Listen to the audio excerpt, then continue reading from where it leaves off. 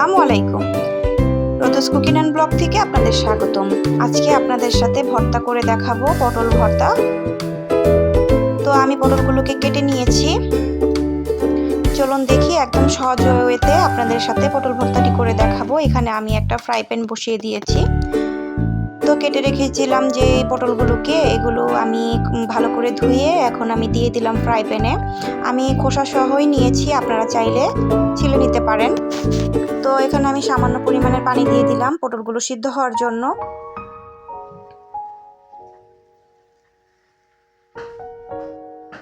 আমি চিংড়ি এবং পটল দিয়ে একটা ভর্তা করে দেখাবো। আশা করি আপনাদের কাছে ভর্তাটি খুবই ভালো লাগবে। তো পটলগুলো সিদ্ধ হয়ে গেছে, এখন আমি কিছুটা পরিমাণের তেল দিয়ে দিব।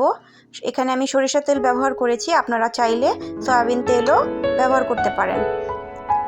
তো এখানে আমি কিছুটা কাঁচামরিচ দিয়ে দিলাম। আমি ভর্তাটা কাঁচামরিচ দিয়ে করেছি, আপনারা চাইলে শুকনো মরিচ দিয়েও করে নিতে পারেন। তো পটলগুলো ভাজা শেষ হয়ে গেলে এক সাইডে আমি রেখে দিব। এখন আবার কিছুটা পরিমাণের আমি তেল দিয়ে দিব, আর এখানে কিছুটা চিংড়ি মাছ দিয়ে দিব। চিংড়ি মাছগুলো আমি সাইডে ভালো করে ভেজে নেব।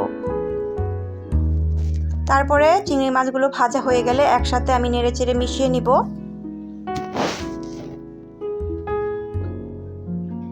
স্প্যাচুলা দিয়ে একটু চাপ দিয়ে দেখতে হবে পানি আছে কিনা। যখন দেখব যে পানি নেই, তারপরে আমি এগুলোকে উঠিয়ে নিব। ভাজা শেষ হয়ে গেছে, এখন আমি উঠিয়ে নিব এগুলোকে।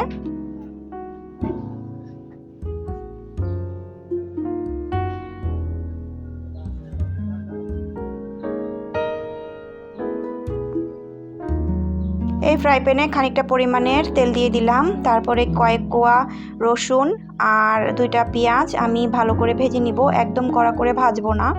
তো আমার ভর্তাটা যদি আপনাদের কাছে ভালো লেগে থাকে তাহলে অবশ্যই লাইক, কমেন্ট, সাবস্ক্রাইব করে আমার চ্যানেলের পাশে থেকে যাবেন।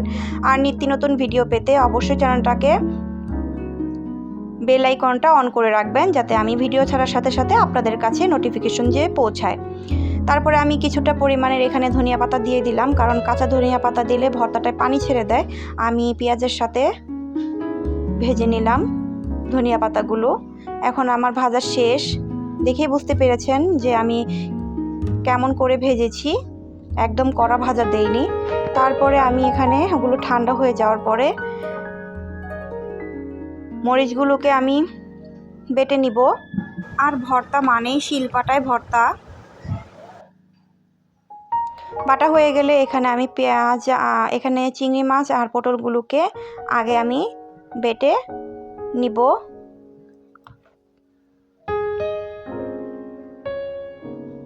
এগুলোকে মিহি করে বেটে নিতে হবে।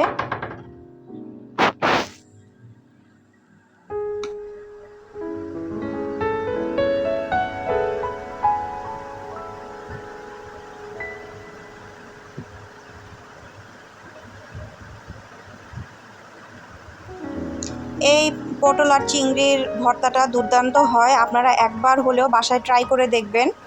আর অবশ্যই কমেন্ট করে জানাবেন আপনাদের কাছে কেমন লেগেছে।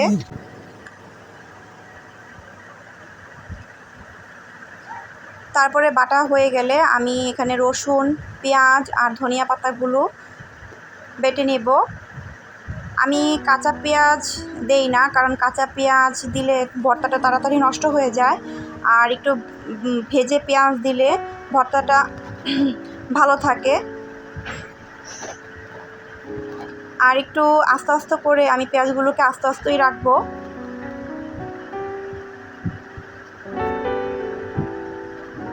একদম মিহি করব না।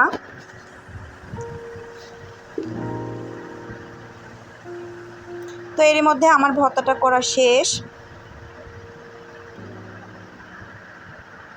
কেমন হয়েছে ভর্তাটা অবশ্যই কমেন্ট করে জানাবেন, আর বাসায় একবার হলেও ট্রাই করে দেখবেন।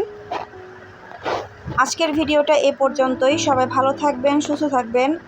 নতুন নতুন ভিডিও পেতে চ্যানেলের পাশে থেকে যাবেন। আসসালামু আলাইকুম,